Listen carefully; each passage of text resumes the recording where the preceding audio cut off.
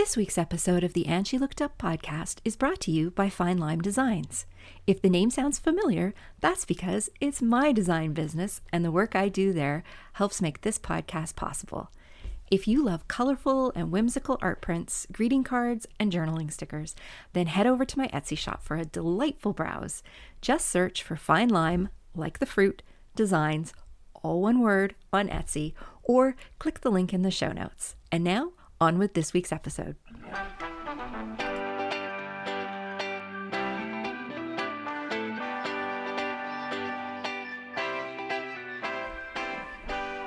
Welcome to the And She Looked Up podcast. Each week, we sit down with inspiring Canadian women who create for a living. We talk about their creative journeys and their best business tips, as well as the creative and business mindset issues all creative entrepreneurs struggle with. I'm your host, Melissa Hartfield, and after leaving a 20-year career in corporate retail, I've been happily self-employed for 12 years. I'm a graphic designer, an illustrator, and a multi-six-figure-a-year entrepreneur in the digital content space. This podcast is for the artists, the makers, and the creatives who want to find a way to make a living doing what they love. Hello, everybody, and welcome to another episode of the And She Looked Up podcast. I am your host, Melissa, and Heather Travis is back with me this week. Hello, Heather. Hello, Melissa. How are you today? I am good. How are you doing? I'm just peachy. Excellent. So for those of you who may be new to the podcast, Heather is a working artist, and she is also a PR and communications professional, and she pops by about once a month, and we talk about the business side of creating for a living, and that is what we're doing today. So today we are going to be talking about what to do when you need your next big idea. We've all had those moments, and if you are somebody who does work for hire, or if you're like a designer, so it could be a fashion designer, graphic designer, industrial designer, any type of designer, or if you're a photographer, or you do commission work as an artist, or even as a writer, if you are looking for your next big idea, either for a fiction work that you're going to do, or you have some freelance writing that you're doing and you have to come up with some ideas to pitch an editor, or if you are a musician or a songwriter and maybe you're writing a jingle for something, those are the times when you don't necessarily have the luxury of waiting for inspiration to hit you because you have a client waiting who's paid you money to deliver something by a certain date. And so you need to come up with your next big idea right now. So this episode isn't really about where to find inspiration or how to get inspired. It is more about how to collect inspiration and file it away so that when you do have these moments where you need to come up with an idea quickly, you have a treasure trove of ideas waiting for you. So we're going to be talking about some of the ways that you can start collecting inspiration, how you can organize it, and how you can refer back to it to find what it is you need. And I think there's a lot of different ways you can go about this. I mean, just looking at my list and looking at Heather's list, like we have some things that we do that are very similar, but we have some things we do that are very different as well. And I think that's going to be the case for most people. But if you are like me, I am kind of mildly obsessed with how people organize things. Like I love hearing how other people organize their stuff. Even if it doesn't work for me, I just like to hear about it. Yes, me too. So, but I think for some people, they thrive in a messy kind of idea generation area. Some people like to be very methodical and structured with spreadsheets and things. And then there's people who sort of are in the middle, who are kind of messy, structured.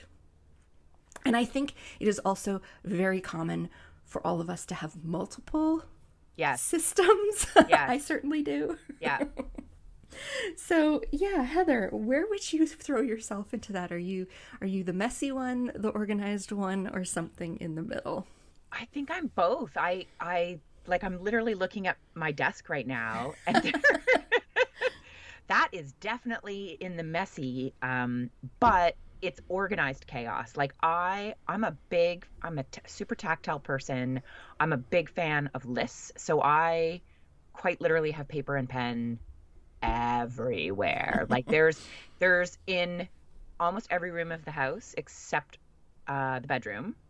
There's paper and pen, literally, including in the bathroom, and I'm not joking. And I've never written on that pad of paper, just as an FYI, but I keep it there in case. Because that's where I thrive on lists, and I have big, messy, colorful lists that I keep for myself. But I also do a lot of I keep very organized. This is the one that I know Melissa's like, I don't do that. I email myself regularly. And we both joked that this is, hi Ross, it's Ross. You need to buy stamps. But I email myself regularly, and I have a me to me file that is very easy to organize because I put very specific things in the subject line. Even though the emails might be a little vague, the subject line at least triggers me in where I was. So it sort of helps put me back in it could literally be, Heather, you need to buy stamps. Yeah, quite literally, it could be that. But it could be something much, much bigger than that. So right. I'll usually voice to text and email myself and describe something or an idea yeah. And it's usually voice to text. I absolutely hate typing on my telephone. Your telephone? Yes, it is a telephone. I don't like typing on it, and so I usually do voice to text, which sometimes leaves things. Ooh, a little. It can leave things a little vague at times. Yes, or it's a giant run-on sentence, and I'm like, where was the pause there? Yeah. Anyway. Yeah, but you're tactile too, right? I'm very tactile. I use some digital tools, but I also am very much a notebook and paper, notebook and pen person. And actually, the email scenario that you described, I do something a little. I don't actually email myself, but I use Apple Notes. Oh yeah, because all my devices are Apple devices, so my phone, my desktop, my laptop, my tablet, and so I can jot a note in notes, and it propagates to, I can access it from anywhere on any of my devices. And I mainly use that on my phone when I'm out walking the dog. Actually, that is when some of my very best ideas come to me. And I will either do a voice to text, or I will type it in, depending on how many things I have in my hands at any given time. But yeah, and I think part of the reason I get so many ideas when I'm walking him is because that's when I listen to podcasts, is when I'm out walking, and I'll very often hear something in a podcast that makes me go, ooh, that's interesting, and so I'll jot it down. And that's actually how we did this episode came up. I was sitting there thinking, I knew that Heather and I were scheduled to record for this month, and I was kind of like, what should we talk about? I didn't have something right at the top of my brain. And so I went into the little file in my notes app called Podcast Ideas, and I scrolled through the list, and I was like, oh, this would be a good one. And that's something that I had captured on my phone while I was out walking. So that's do you use, because I use Instagram, the save feature, it's nobody's business. Do you use that feature, or no, not at all. Pinterest? No? Interestingly, Pinterest, I used to use it when Pinterest first started out, and it really was meant to be like a digital pin board, basically a digital, I guess a pin board or a TerraFile or whatever you want to call it. And that's how I used it originally, because do you remember when Pinterest first started? It was extremely poor form to pin your own stuff. Yes. That was just a big no-no. Yep. My, how things have changed. Right. But I haven't used Pinterest for the last few years because I find it a colossal mess. Yeah, ditto. That's why I was kind of I used Pinterest aggressively for like mood boards, Mm-hmm. color combinations I liked. I used to get clients when I would start working with a new Yeah. client. I would get them to create a secret board for the two of us Yes. and get them to just pin anything that inspired them. It was great. It was a great tool to use with Yeah. clients. But then it kind of lost its way, and then I lost my way as a result because I wasn't using the app, but I still wanted a way to keep like a digital pin board Yeah. or tear sheet. And that's when the save feature on Instagram, Mm-hmm. I have I have general buckets, but I also have very specific buckets like color inspiration. Oh, so when you save stuff, so because I don't use this, Mhm. when you save stuff on Instagram, you can actually like categorize it. Correct. So you Oh, I can didn't know save that. it. Okay. Yeah, you can save it into different collections, they're called. And so I have quite literally a Oh. collection for reminders. So it could be like a reminder, oh, Melissa's got a new podcast out this week. And one of the reasons I love the IG save feature is that and you and I talked about it in a previous episode, when I find myself sort of mindlessly scrolling and I'm not getting anything out of the app, but I'm just sort of stuck there, Mm-hmm. my gentle reminder to myself is not actually, Heather, put the phone down, get away from the app. It's go to the part of this app that feeds you, and that's the inspiration that you've saved. And Mm. so I will stop myself from that mindless scroll and click into my saved category, and I'll go through things like, I keep saying it, but it's my biggest bucket is color inspiration. And so I'll scroll through that and it fills my cup back up. And I'm like, I'm even just jazzed to do the dishes again because it wasn't mindless scrolling. Like it's Mm-hmm. almost, I took the time to physically stand in front of the pin board with all of my tear outs from Teen Bop magazine. You know what I mean? Yeah. Yeah, that's interesting. I might have to revisit that because I loved Pinterest when it first came out. Hmm. And now when I go on it, I feel like I'm seeing a ton of content that I don't care about. And the ads are terrible. Like the ads are Yeah. just obnoxious. Yeah. And it's And just, I honestly, I use it all the time. And the best part about it is it's private. So I haven't figured out a way you can share them, which is annoying, but I do use them so for instance, when I host my Bitch and Gallery Wall workshop, Mhm. I have a saved IG a collection of like literally hundreds and hundreds and hundreds of amazing gallery walls that I love. Hmm. And I pull that up on my computer and people can see it. So they have access to it, through the Zoom meeting. Through your slide Yeah. So presentation. you're Yeah. still able to do it. And what I love is that I am then giving credit where credit's due. I'm like not screen capturing it. I can say, this is so and so's Hmm. beautiful room. Here's their handle. Go follow them. Yeah, that's the great part about it. Even if you were just looking at it for yourself, you Yeah. always know exactly where that came from. Yes. Yeah. Like the rabbit hole is so shallow, so to speak, right? Like it's literally, I saved it, I tap it, I go to the source. Yeah. No, I like that. I Mhm. might have to experiment with that a little bit then. Mhm. But one thing I do use is a physical pin board and a physical tear sheet file. Good for you. And I've been doing this since I was a kid. I have always been completely enamored with magazines, just ever since I can remember. That's where my allowance would go, to books and magazines. And I was never happier than when I was, lying on my bed in my bedroom with my feet in the air behind me, flipping through magazines. And I was constantly ripping pages out and cutting things out, and I made collages from it all. But I also kept a gigantic, I have it actually. It is, I thought it was in my studio. I'm looking around for it. Nobody can see me doing that, but Do you go back through it though? Like, not only do you go back through it for inspiration, but do you go back through and curate it again? Well, this is the funny thing. I forgot that I had it because when Pinterest did come out, that's what I went to. I stopped using my tear file, but I was downstairs cleaning out my old studio space before I moved up here, and I found it. And it is literally this 3-inch thick Whoa. binder, one of those gigantic binders, It's like Monica's wedding binder. Yes!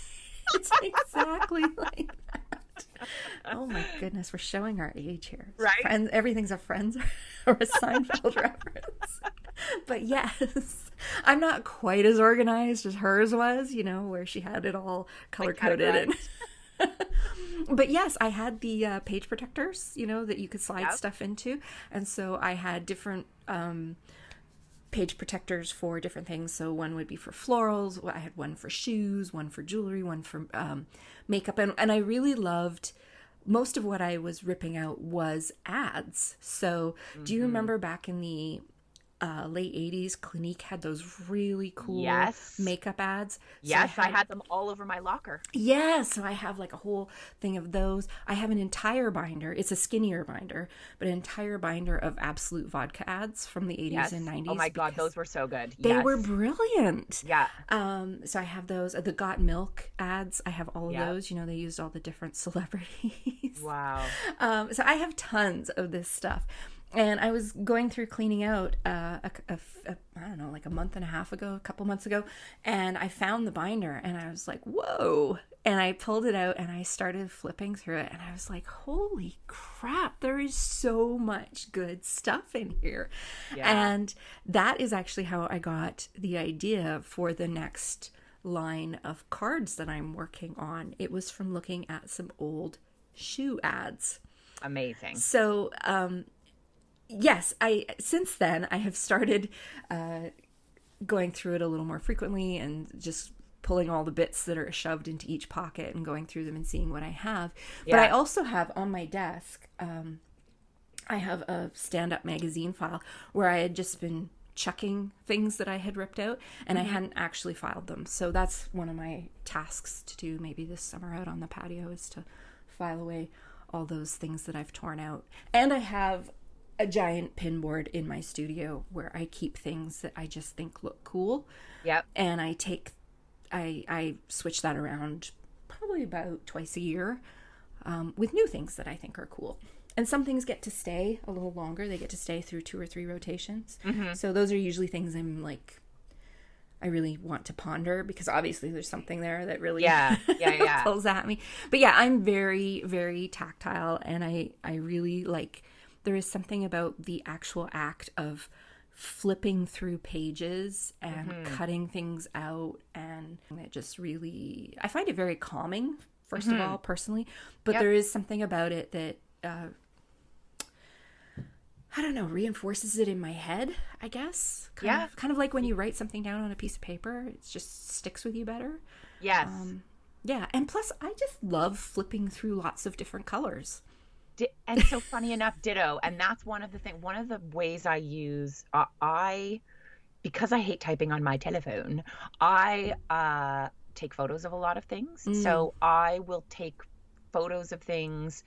Sometimes those get attached to the emails that I send myself. But it's photos of things, and I'll go back through my phone and just flip through the photos. And that's sort of like almost like that tear sheet. And what I kind of enjoy about the photos on my phone, particularly if I haven't emailed them to myself, if it's something like I'm not connecting anything verbal with it, it's just the picture. Mm-hmm. A lot of times, because it's not like I get home and I'm like, let's check out what photos I took today. It could be a week, 2 weeks, 3 weeks later that I'm sort of scrolling through my phone, like clearing things off, and I'll find it, and I have to almost remember what it was that inspired me. And sometimes I can't.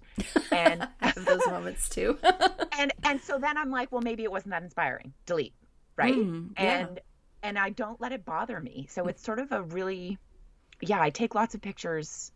I do it, funny enough. I listen to a lot of Spotify in the car. I love music, and I'll take pictures of songs that Spotify serves up to me on the display on my car, so that I can then remember when I'm not driving to actually add that song to a playlist. That's a good idea, because that happens to me all the time. Something will come up and I'll be like, oh, I gotta remember to check this out when I get home and add it to a playlist or something. But when you're driving, you can't, right? Exactly. And so it's easy enough to just quickly, right, take a picture, and it's never very good quality. Obviously, I'm not aiming for quality, but for me, the picture is a really good visual reminder. And I'm inspired by a lot of things visually. And so even funny enough, if I can't save it to Instagram or it's something I can't take, I'll screen capture a lot of things. Mm-hmm. I screen capture a lot of things, just to have Yeah. and look through. And I doodle a lot on my iPad now that I have a stylus for my iPad. I doodle a lot, which I didn't do. I think that's one of the cool things. I was thinking towards this episode, I made my list and I really didn't think of doodling on my iPad because it's something so new in my system. Mm-hmm. I got this tool and I didn't get the tool with the idea of doodling, but now I do. And the doodling is helping fuel creativity and I save my doodles and it's sort of like a sketchbook, but it's on my iPad. Yeah, And that's I've not been, funny enough, I'm not a sketchbook person. Like I don't have sketches of paintings, except for now. I'll call them sketches of paintings in my iPad, and I've never had that before. that's interesting. I just upgraded my iPad. My old iPad was an iPad 2. Whoa. Yep. And I won it way back in 2010, or Wow. maybe 2011, but I'm pretty sure it was 2010. And it just died. So I literally just upgraded to an iPad Pro. Like I got it 3 weeks ago, I think. So I barely touched it, but I have been playing around in Procreate. Yes. But I am definitely not at the point where I am doodling for reference on it. Yeah. But I am very much a notebook person and a sketchbook person. But the stuff I do in my sketchbook is very different from the doodling I do in my notepads. I'm the type of person who doodles during phone calls and stuff Yes. like that, and meetings. Used to drive my director that I worked for absolutely bat crap crazy. He would halt meetings, like in the middle of the meeting, he'd stop it and he'd be like, "Melissa, what did I just say?" And I would always be able to Of course you could. say Exactly. it back to him because the doodling is what kept me focused on what was usually a very boring meeting. Exactly. But by doodling, I was able to keep my ears listening. Yes. But it used to drive him. He used to drive him batty. That's pretty funny. So, but no, I haven't done that with my iPad yet. I'm certainly not there, but I do doodle a lot, and my doodles very often inspire bigger projects. So, Yes. And that, funny enough, that's another, my Saturday morning shirt classes, shitty art class. They're really just it's a creativity session, but quite often, and I keep my shirts, and I'll use them as thank you cards. I'll fold them in half and use them as thank you cards with art and whatever. But I also specifically keep certain ones, because I'm like, that could be a painting. That could be a painting. And I never intended that the inspiration would be there, but it is. And so sort of a happy accident. It's quite delightful. yes. So I do keep them and I flip through them. And when I go to make thank you cards for people, I'm like, nope, keeping that one. Whereas other ones, I'm like, no, that can get folded in half and sent in the mail and I'll never see it again. And I'm totally cool with that. Do you have any other digital forms of tracking your ideas or storing your ideas? I don't, funny enough. I don't use any apps other than Instagram, and Gmail. Yeah, and for me, it really is the physical note. And I will, funny enough, even if I've emailed myself something, if it's important enough or I feel like the idea needs to go further, I will then write myself a physical note with it, because I'm looking at my desk right now. I see notes in 1, 2, 3, 4. There's 6 different colors in front of me right now. And so I remember things like in university, I remember writing notes for exams. And when I would go to call it up in my head, I would literally in my head remember that it was the section that I wrote in pink. Yeah. That's what I need to call on in my brain, is the section in pink, and then focus on the pink heather, and then the whatever about the Spanish War will come to you. Yeah. I'm very much like that too. And I don't know if that's got something to do with the fact that that's how we went to school. We didn't Yeah. have laptops and even in university, very, And we very all rare. had those remember those blue and white pens with the four different clickies? And it had green, red. I had one, but I didn't use it very often. It was too fat for my hand. Mm, But yes, I totally do remember those. I yeah. used a lot of highlighters, Yeah, me too. but yeah, I'm very much the type of person. I remember things by the color. I Mhm. also would remember, I can remember what side of the page something was Yes. on that I read Yes. and how far down the page. So Yes. like if I was looking for something, I might not remember the page number, but I could skim through and I would know it's on the left page. So I'd only be looking at the Correct. left pages and I knew it would be in the middle of the page. Yeah, So that's how I would find things and reference things. So very much hand to eye kind of, totally. yeah. Like if any other person in the world tried to navigate my recipe book. So I have like a literally it's just a blank moleskin, and if I find recipes out in the world, I write them down in that, and I'll write, it's from whatever source. Uh but it's not organized into like brunches, dinners, Hmm. mains. It's literally in the order I found them. So it could go from Yeah. like a pancake to a pizza in a heartbeat, right? And but Pancakes I and pizza, they're both flat round things, kind That's true. of. That's true. But I know how early in my repertoire this was added to the moleskin. I know Hmm. how recently. I know that I wrote it in blue pen versus red pen or whatever because I just grab whatever pen is on hand. Like it's not a pretty notebook. It's functional though. But it's super functional. Yeah. And I know exactly like I made a sauce yesterday. I knew exactly where that was and it Yeah. opens up. Whereas if I told anybody to go into that book, they'd think I was psycho, in fact, because it looks like a psycho killer's scratch notes. But I think that's kind of the important part is this isn't about making it pretty or anything. This is about making it functional so that Yeah. you can find what you need to find when you need to find it because you have to deliver something. Yes. And this, even whether you, I was thinking about this morning in the shower. This isn't about just delivering client work. This is also about you have a gallery show coming up. You need to churn out a lot of work in the Hmm. next year. So you need ideas. Yes. And it's the same for if you create product launches from your work. Hmm. So if you need new greeting card, like for me, I'm working on my greeting cards for the holiday season. I'm already thinking about that. Like I know I need to have those out by a certain date. So I need Hmm. to start looking for ideas. So Yep. there's this is something that all of us who create for a living need to have some kind of reliable system Yeah. to And capture the idea. Like there's for two sure. things, capturing the idea and then being able to find the idea when you need it. Yeah, go back to it and flip through it. I Hmm. for sure. And I think this is like one element of my business that it does not need. It's not like my bookkeeping that I want it to be so organized and done. It might Mm. be my way, right? But somebody else could jump in and be like, well, yep, I can figure out what she's done here.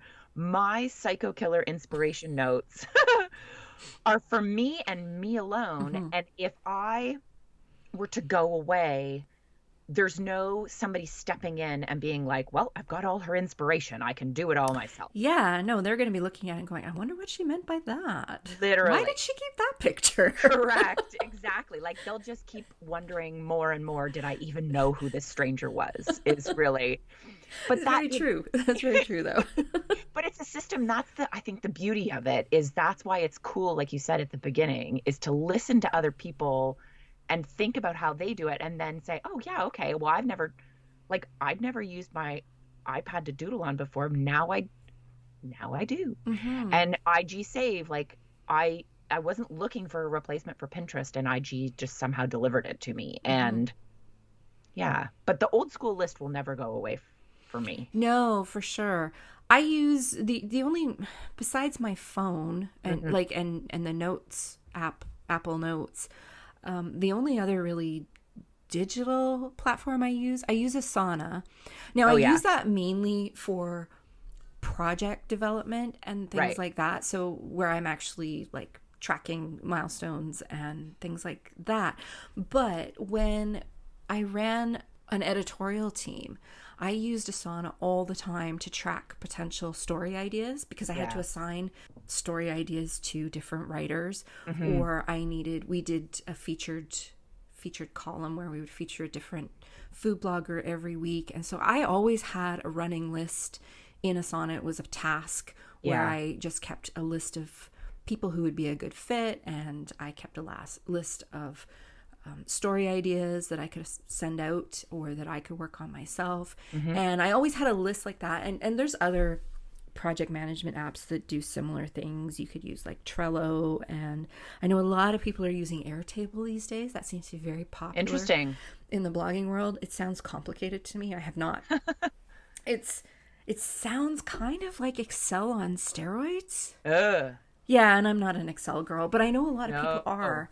And I know you can do a lot of things in Airtable where you can basically, do you remember that app? I think it was like If This Then That or something like that, where you could create very, very basic programming strings to have tasks automated and things like that. No, I don't remember that. It sounds like Airtable does something very similar, so you can create reports and things. So anyway, I haven't investigated it. If I am way off base, please feel free to call me out on what Airtable actually does. But every time I see people talking about it, I kind of glaze over because it just sounds like something my brain won't process. But I know it's very popular right now. So there are tons of digital tools out there. If you are somebody who works more or who finds a digital world better for filing and tracking and keeping things, that's just not me. So I don't do that. But for those of you who do, take a look at things like Asana and Trello and Airtable and even Excel or Google Docs or a Google Sheet. Totally. Like, you don't have to get super fancy with this stuff. It just has to work. Yeah, that's true. And in fact, so I do use Google Sheets, funny enough. It's funny how when you start thinking about it, you're like, oh, wait, I did. Yeah. Sorry, not Sheets, but Google Docs. I use Google Docs, and I have a running Google Doc for just random sort of dumps of things. And particularly funny enough, when I was working on my grant application, I had a running Google Doc that I would, like, I knew that all of this stuff that I was pulling together had to go into a document. And so instead of using like all of my systems and using the paper in my purse and emailing myself and all of these things, when I was in a boot and I needed, like, in lieu of emailing myself, I would just voice to text into that Google Doc because it was so, I knew exactly like what file that I needed to get put into. So funny enough, it's sort of like the evolution of like everything to me, you know, the photos, the paper, the pens, the IG save, it's like, those are sort of for the random, but once you're like one step down the path, like the idea is going just one place further. Like you're either going to execute it or you're about to go into a project on it. Yeah. Like that. It's like the next step. I'm nodding vigorously through this whole thing that you're saying, and nobody can see it, but I'm like, But yeah, so when I was in universities, I have a history degree, so I had to write a lot of papers. I felt like my whole life revolved around research and papers. So what I used to do, because Google Docs did not exist then, I used to write all my notes. Like, it was just a giant blah in my notebooks. You know, you'd go up to the university library on the weekends and you'd do all your research, and you had to take all your notes by hand, and you had to reference all your notes by hand, and it was just a lot of work. So what I would do, I had this very complicated system where I would every time I would write a note, I would write a little number after it, and that number would refer to a source that I would have on a different piece of paper, because when I was all done, I would take my notes out of my notebook and I would cut them up with scissors. Yes. And I would organize them into my arguments and my supporting arguments and, you know, the whole structure of how you had to write. That's so funny. You and I are so similar. I used to do everything on cue cards. That would work too. But I liked having I'm such a notebook person. So, but I realized very quickly after writing my first paper like that, that if I cut my notes up, I lost my sources. So Oh, that's when I came up with the system of having like a number yes, for each yes. source, so that if I just had this random strip of paper, it would have a number on it, and I would still know where it came from. Like where. Too funny. I did that exactly. And every cue card, so the front of the cue card had the fact or point or quote or whatever, and then the back was the source. The source, that's But smart too. I then had the top. And this, honestly, when thinking about this, it sounds like I was just this A+ student. I was on academic probation after first year, and I graduated after 4 years with a 3-year degree. So I was not a stellar student, but I had pretty cue cards, There you and go. there was a system to them. But it was all color coded. And Mm-hmm. again, I would think to myself, this was the yellow, this was the green, Yeah. this was the yeah, Yeah, definitely. which is I just started rereading the Sue Grafton Alphabet oh series yes, with Have you read those? Are you familiar? no, Okay, so but I know it's exactly what you're talking about. yes. So the series starts in 1982, and if those of you who have not read them, it's a private investigator series. The main character's name is Kinsey. She's a PI, and it starts out in 1982 in book A, and it goes all the way to book Y.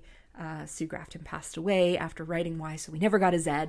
But the series never leaves the 1980s. So it's like Brilliant. stuck in time because she did write the first book in the 80s. Yeah. So it's this little capsule of the 1980s. And the thing that Kinsey does in all her cases is she uses cue cards Yeah. for everything. She writes down all the facts and she uses them. She moves the cue cards around on her desk to try and like see how things fit together and stuff. And I always just thought that was so cool.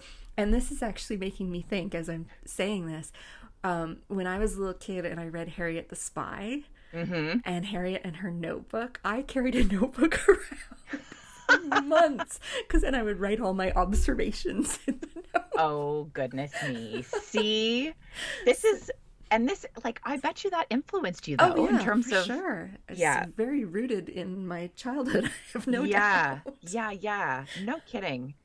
But Wow. And I love looking back too. Funny enough, I just listened to one of my favorite podcasts is Broken Record Podcast.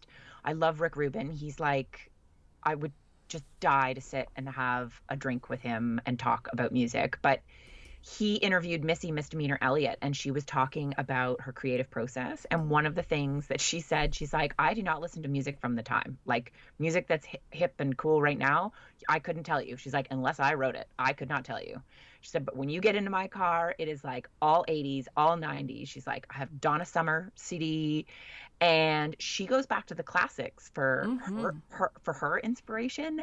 And I really, that resonated with me, funny enough, as because you and I had talked about this episode, then I listened to that podcast episode, and I loved that she was constantly going back to things that were inspiring to her in her childhood, or like in her formative years, to help inform what she's creating now. And I really dug that. And so funny enough, I've been like thinking to myself, what jazzed me up as a 10-year-old? And that is in fact how I got a new idea that I'm going to be launching and working on and doing workshops and all of these things, was literally thinking what jazzed me up as a 10-year-old. And yeah, guess what? I'm 44 and the idea jazzes me up even more now. So I feel like that's maybe another thing to add to your list, is just like previous experience, lived experience, and remember that there's stuff there that you can go back yeah, and pull on. yeah. Yeah. I'm just thinking, you made me think of a few different things by saying that. And one that I'm thinking of is Twyla Tharp, and I've talked about her several times on the podcast. She talks in her book, The Creative Habit, about how when she starts a new project, she gets like a banker's box, you know, those cardboard Yes. banker's box. And that's where she just starts chucking things into it relating Brilliant. to the project. And she lets them sort of simmer there. Yes. But I also remember Christina Aguilera when she came out with, I cannot remember the name of the album, but it was the one that was very big band influenced. Yep. And I remember listening to an interview with her on how she pitched that project to, because she worked with a lot of different collaborators on it. And I think her record label was kind of like, you want to do what? So the music was all very heavily influenced by the 1930s and the 1940s. And she talked a little bit about how she went back to that era and how she knew she was going to have to really sell this to people. So that really informed how she started doing her research and pulling all the bits and pieces together and how they would work together. And I just found that fascinating to listen to. But yeah, that's an example of going back into the past. Digging in the crates. Yeah, and I have done the shoes that I mentioned, that I got from my tear file for the project I'm working on. The shoes are actually from the 1920s. So cool. So definitely, and this is something you can easily do. Your local library, you can go back, and they have whole sections of magazines where you can go back and you can look at past, like physical magazines. You can actually go through and flip through and get inspiration. And I did that a lot in my previous business, which was very trend focused on what's trendy in food now. And I just don't like writing about what everybody else is writing about. To me, it's so boring. So I would go back and see what was trending 4 or 5 years ago and figure out how we could put a twist on it. Yeah. And it was very successful for us. It was a really successful content strategy because the content we were putting out was stuff that was nobody else was writing about. And it worked well. So yes, there's do not be afraid to dig into your past for sure.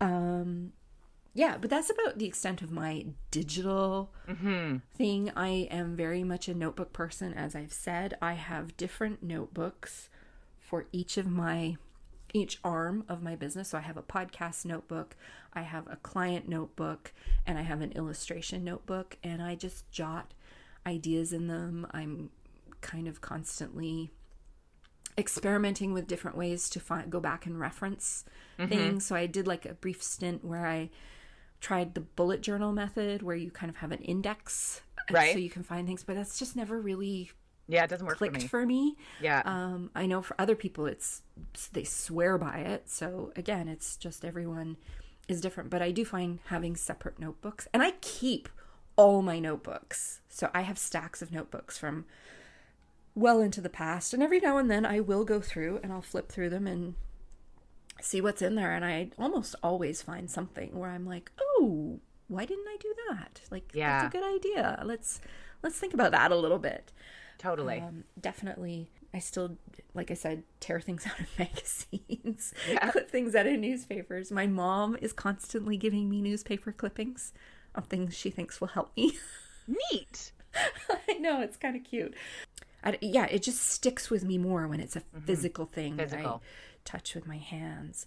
But I do think it's really important to have a place where you can get all of these things that come to you out. I remember listening to an episode of Pat Flynn years ago where he talked about, he has a literal shoebox that he uses.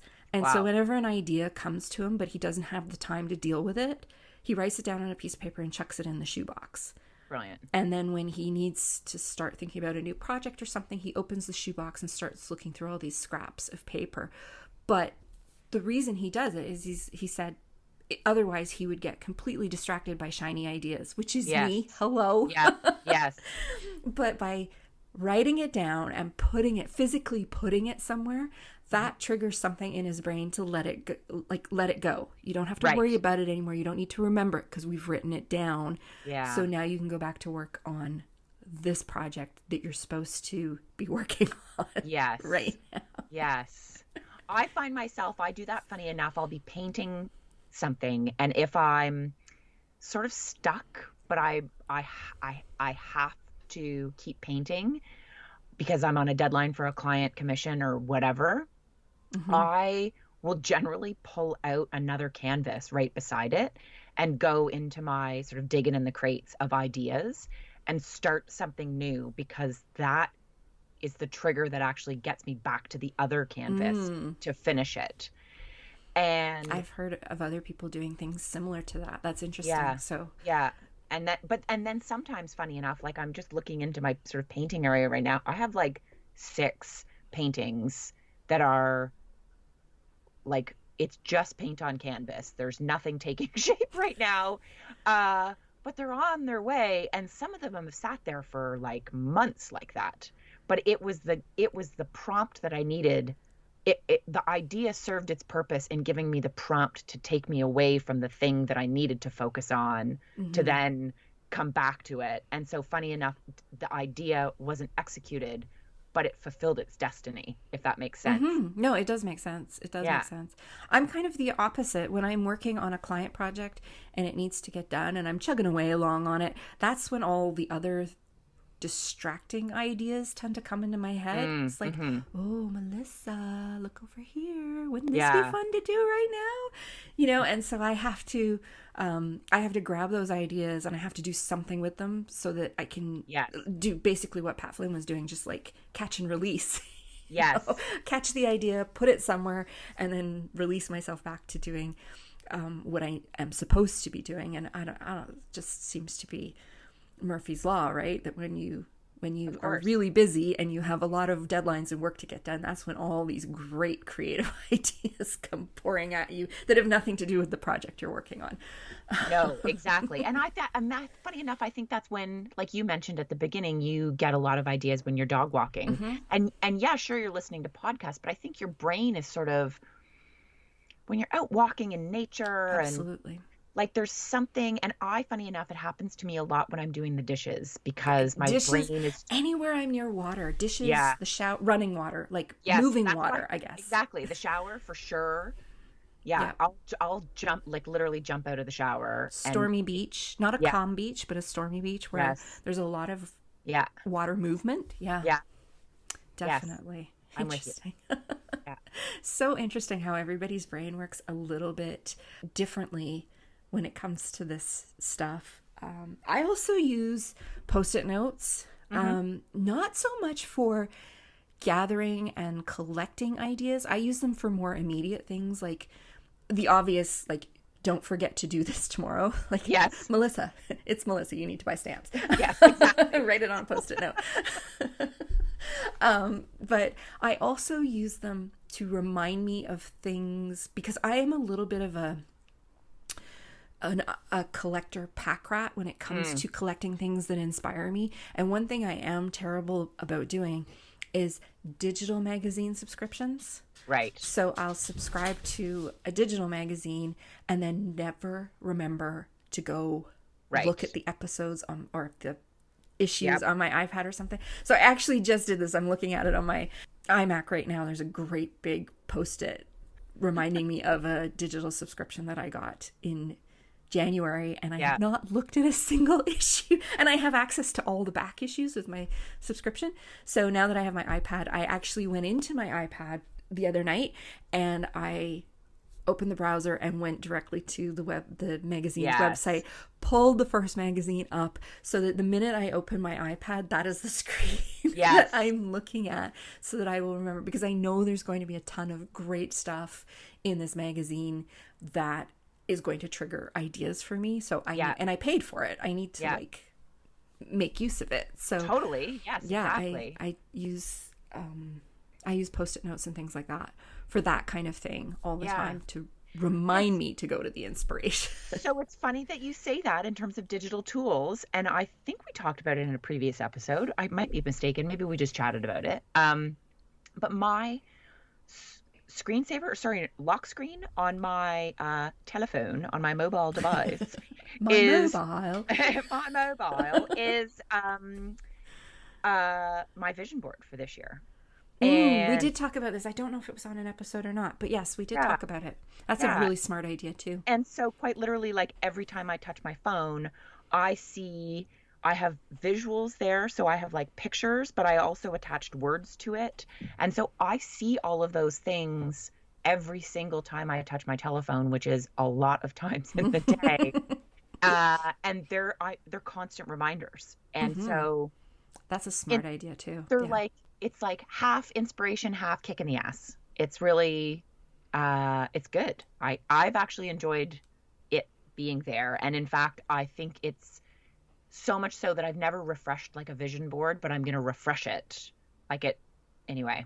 Yeah. It can be improved and curated so that I can for like the next quarter of this year, you know? Yeah, no, that's a really smart idea. I think another thing, one of the things I started doing this year, because it's great to write all this stuff down and it's great to have it stored in shoe boxes and on pin boards and things like that. But it's really remembering to take the time to go back and look at it. Exactly. And so one of the things I've done this year is I scheduled CEO days every month into my calendar, which is where I look after the business side of my business. But I also scheduled a research day every month for the whole year into my calendar. And it's a Friday. It's always a Friday because Fridays are kind of my chill out days anyway. And that's the day where I sit down and I start looking through all these things and just kind of like, you know, usually I have an idea in mind of something I want to work on or that I'm interested in researching, but that's the trigger to remind me to go back through all this stuff that I have collected and see if there's anything in there that can contribute to what it is I'm working on. That's so smart. Yeah, I think that's really important because otherwise we forget that it's there or we just don't think about it. It's out of sight, out of mind. Like my tear file that was sitting in the basement for several years, and it wasn't until I went and cleaned it out and went, holy crap, this is amazing. Yes, exactly. But I also think that there is a lot to be said for putting that stuff away and walking away from it for a few months and letting it kind of marinate because it's sitting there. And believe it or not, even though you've kind of released it from your brain is still holding on to stuff and thinking about it in the background. I mean, our brains are pretty amazing computers. They can run a lot of background processes. So yeah, I think just making time in your calendar to go spend time looking at all this stuff that you've collected and having a good look through it, seeing if you need to clear any of it out. For sure. That kind of thing. So yeah, there's so many different ways that you can do this. And I'm sure we've only touched on a few because these are the ones that work for us. But yeah, have you got anything else you want to pop in? I don't think so. I mean, I think we sort of touched on it but I think talking to people, like, oh yeah, like just listening to people. And it's funny because, you know, Brian and I, my husband and I talk about it a lot at the bike shop. We, you know, customers constantly will come in and any retailer in the world will be very familiar with the following statement. You know what you should do.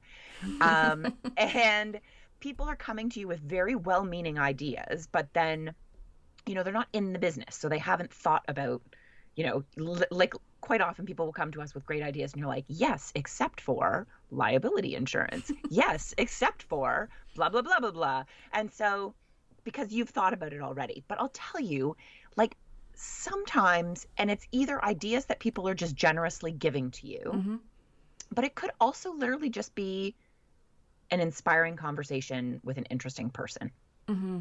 Yeah. That's outside your circle. That makes you think about things. My mastermind group, we have a video call once a month, and there's 4 of us in the group, and all 4 of us work in different niches. Similar but different niches. So like we can relate to the types of things that we're doing, but the actual things we're doing are very different. And I am constantly scribbling down notes during those conversations because it's appropriate to do things. So in those conversations, right? Like nobody's looking at you weird. Like, why are you writing while I'm talking? Yeah. You know? But I get a ton of great, and not even necessarily ideas that when I'm the one in the hot seat. It could be when somebody else is in the hot seat and somebody says, well, have you tried this? And I'm going, that's a great idea. And I'll write that down.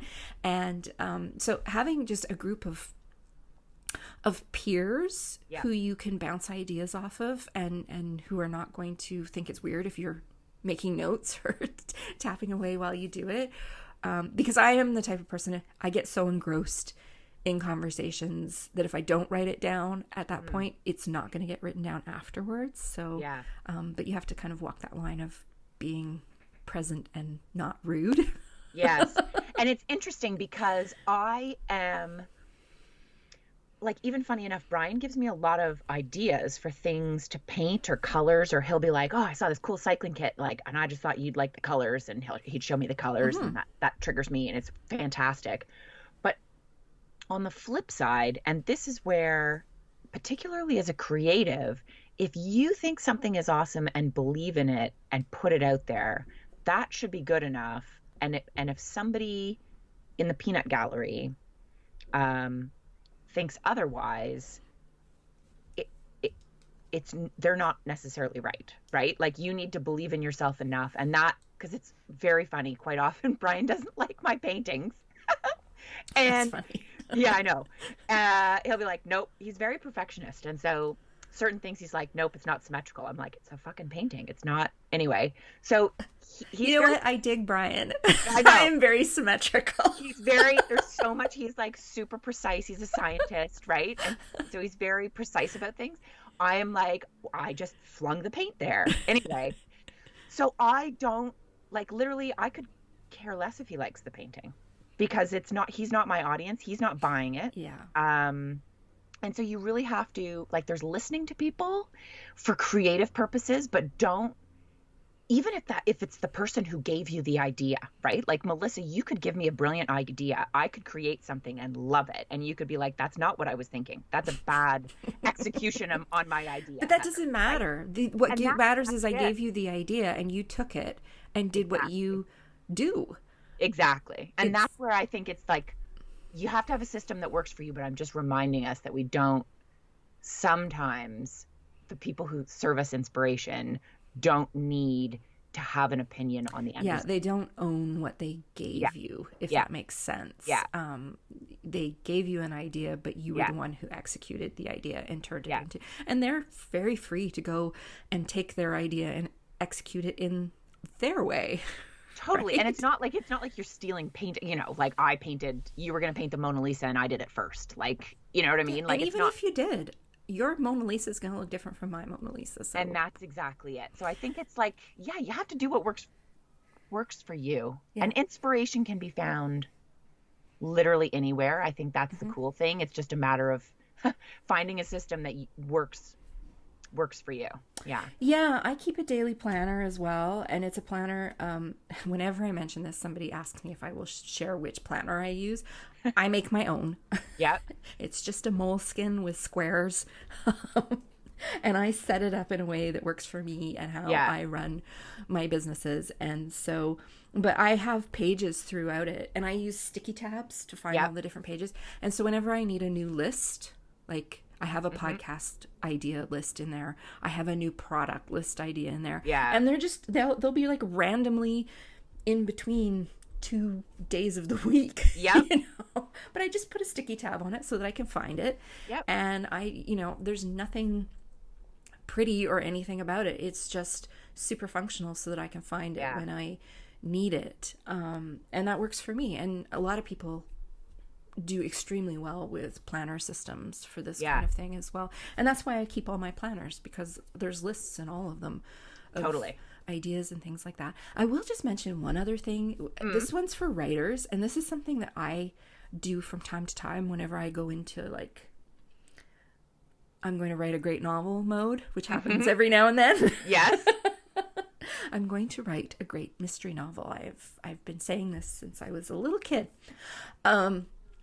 So one of the things I do is if I have like an interesting experience that seems kind of random, is I will write a little short scene where I will kind of build on it. Yes. And I just keep all those scenes in a notebook. Brilliant. And one day when I write my novel, I'll be able to go through and be like, oh, that's interesting. Like, so for example, on the weekend, there was a lady on Facebook who was getting rid of her stamp collection and she was giving it away. And I have collected stamps since I was a little kid, but I'm also using stamps for some art projects that I haven't really talked too much about. So I've been looking for stamps. And when she said she was, nobody gives away their stamp collection. I know, that's everyone crazy. sells them. So the fact that she was giving it away was bonkers to me. Yeah. But and tons of people wanted it, but I was the first person to respond by fluke. And so she messaged me and said, you're welcome to it.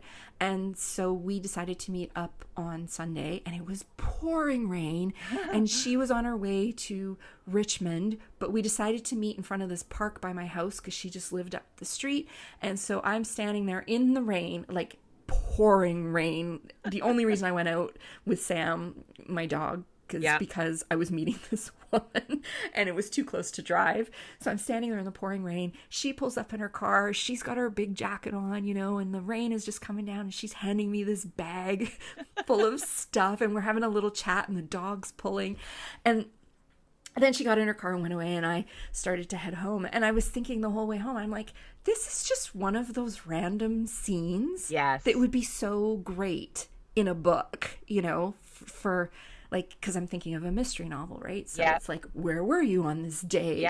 And it's like, well, actually, I was picking up a stamp collection. Like I would never think about that on my own. But because the event actually happened, and I'm like, well, that would just be really cool. So I write it down and I create characters out of it. Not That's necessarily. Smart. Yeah. But, and it's just all those little things that you experience in life where you're like, like that would be great to stick in a book or a story. That's super smart. So and I got a great stamp collection out of it. You know, funny enough, just totally randomly, but in terms of talking to strangers, I love the opportunity to connect with like completely random people, and Facebook Marketplace, like the people that stand in my driveway. And funny enough, I think you talked about it on your highlights episode of when the lady was in my driveway. We were recording the podcast episode and her dog locked her out of the car. I don't think I said it was you, but yes, we Heather and I did an episode, the Facebook Marketplace episode. And like, I have the most random conversations with the most random of people who are buying my $50 whatever. And I love it. And those are like, those little interactions bring such, it's fascinating where you find inspiration. Yeah, it's absolutely, you know, so I had the opportunity to chat with this woman, and, you know, I won't go into her whole story, but it was somebody I would not under normal circumstances run into in my day-to-day life. And she gave me something that is going to help me from a project standpoint, and also that I'm just going to get huge personal enjoyment out of. And I also got a little snippet written down that I may or may not use one day. So like, so many things came out of this very random 5-minute interaction, which is literally how long it was. Maybe not even that long because it was pouring rain.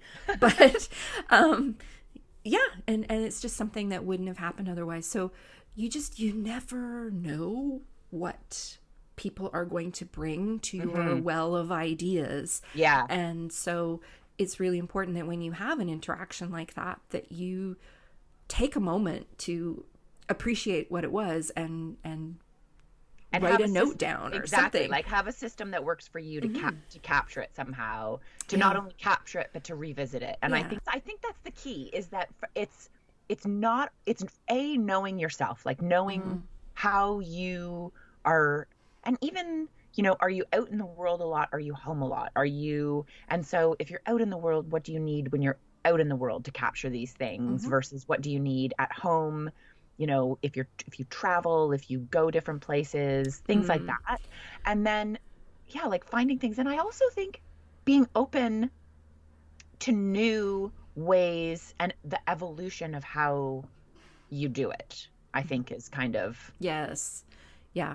It is very evolutionary. I'm glad you said that, because what worked, first of all, I think it takes a lot of us a long time to figure out what works for us. Yes. I really only kind of started to become comfortable with my systems and just embracing what works for me when I hit my 40s. That's kind of when I stopped looking for other ways to do things and just realizing, like, this is the thing you keep going back to. This is what works for you. It's not pretty. It's not cute. It's, you know, but it works. It works. So just go with it. And funny enough, I think, and you and I both discussed it, I I have lots of systems, but I don't think of them as systems.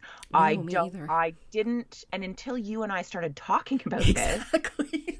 did my list get, longer and longer and longer. And even as we talked today, did more things Yeah, come. it's like, oh, and I also do this, and I also do that. Yeah.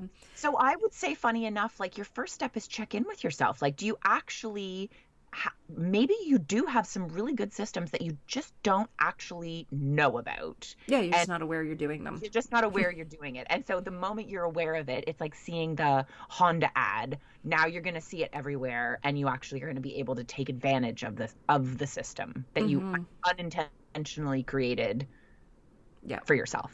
Yeah, definitely. You just mentioned travel, and that actually I hadn't been thinking about that, because who's traveled in the last few years?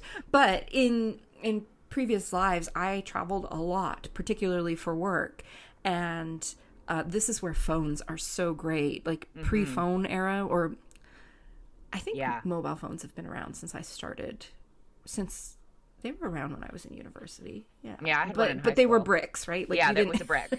And they were not smartphones. You weren't writing notes and making notes to yourself on them. No. But phones have definitely changed our ability to collect information when we travel. And you mentioned it, taking photos, writing notes, and that kind of thing. I also travel with a small sketchbook kit. It's very small. I have it in a clear plastic Ziploc bag along with markers and stuff, because I usually only have carry-on, and that way when I go through security they can see exactly what it is. It's just easy, and I keep it very pared down, and I use that, like if I see something that I think is really cool that I want to draw, I'll just do a quick sketch and just add like 2 or 3 colors, and those become references for things that I'll work on later. And you can do the same thing if you're a writer. If you're how many times have you sat in a park in a strange city and listened to people on the next bench having a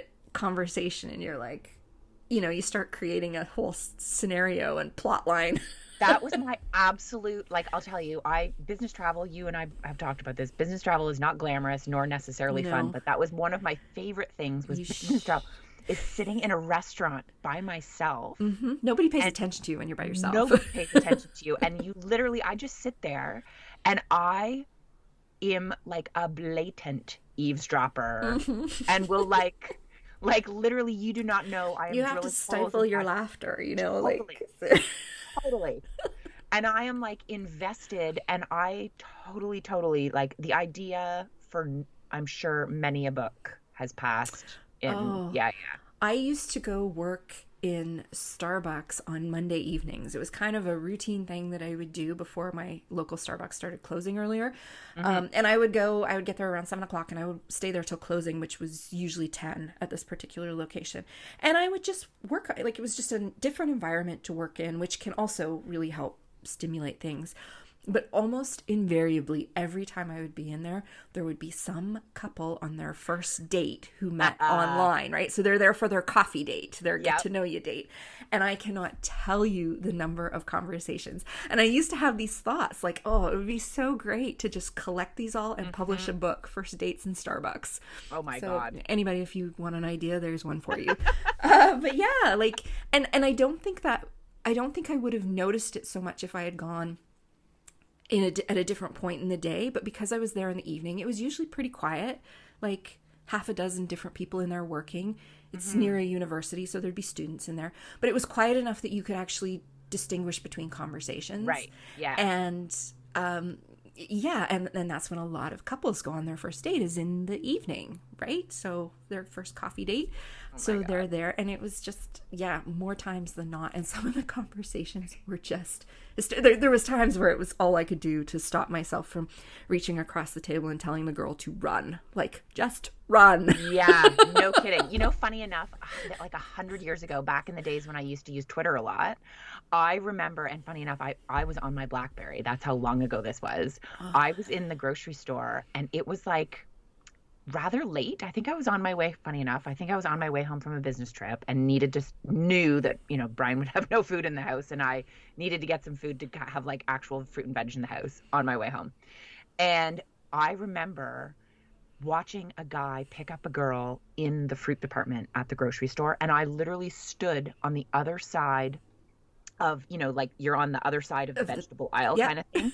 And I literally typed, I wish I could go back and see it. I'm sure I can. It's probably way buried on my Twitter, but I literally typed in the conversation that these two people were having and shared it on my Twitter because it was so friggin' epic how this guy picked this girl up. I did the same thing Like on over Facebook. bananas on a Friday night. It was so cool. And I'm like, girlfriend, take this man and just give him a date because he worked so hard for that. Like, it was so. Anyway, but I like live tweeted it. I don't even know if that's ethical. It's not like I revealed. Oh, I did that. I did that with some of the Starbucks conversations. That was back when we were all using Twitter like regularly, and I live tweeted a few things as well. But and that, funny enough, like, gosh, I even think now going back and reading through some of my tweets would be hysterical inspiration. Oh, possibly mortifying, but. I have a book downstairs. I cannot remember the name of it. It's fiction, but the entire book is emails in a company. Oh my God, I have that book. Do you? What is it called? The cover's yellow. I can totally picture it. Oh my God, I know. I've read that book. I know exactly what book you're talking about. Oh gosh, if I find it, people, I will put it in the show notes. I know exactly where it is on the bookcase downstairs in the other room, so I will pull it out. But yeah, so this entire book is all emails. That's all it is. Emails back and forth between people all working in this fictional company. Yes. And it's you could do that with the live tweet, all those old live tweets. Be a bit dated now. Right. But I'm sure there's like some other way that you could do it. Yeah. But yes, I thought it was really clever when it came out. Yeah, that's too funny. All right. Do we have anything else to add? I think we covered a lot of stuff here. I think we did too. I mean, I would love to hear what works for you. Yeah. If you have a really great way of collecting inspiration and so that you can go back and reference it, we would love to hear about it. There's a lot of people out there who really enjoy seeing how other people do things, how their systems work. I'm one of them, as I mentioned. Yeah. So I'm always interested in what it is people are doing. So yeah, please give us a shout out on Instagram. Just tag us at And She Looked Up. And I think that's it for this week, everybody. I can't think of anything else to add. So let's wrap it up. Thanks. All right. All right, everybody. We will see you all next week. I'll be back with another brand new episode. So until then, thanks very much for listening. And we will talk to you all soon. Bye. Thank you so much for joining us for the And She Looked Up Creative Hour. If you're looking for links or resources mentioned in this episode, you can find detailed show notes on our website at andshелookedup.com. While you're there, be sure to sign up for our newsletter for more business tips, profiles of inspiring Canadian creative women, and so much more. If you enjoyed this episode, please be sure to subscribe to the show via your podcast app of choice so you never miss an episode. We always love to hear from you, so we'd love it if you'd leave us a review through iTunes or Apple Podcasts. Drop us a note via our website at andshелookedup.com or come say hi on Instagram at andshелookedup. Thanks for listening, and we'll see you next week.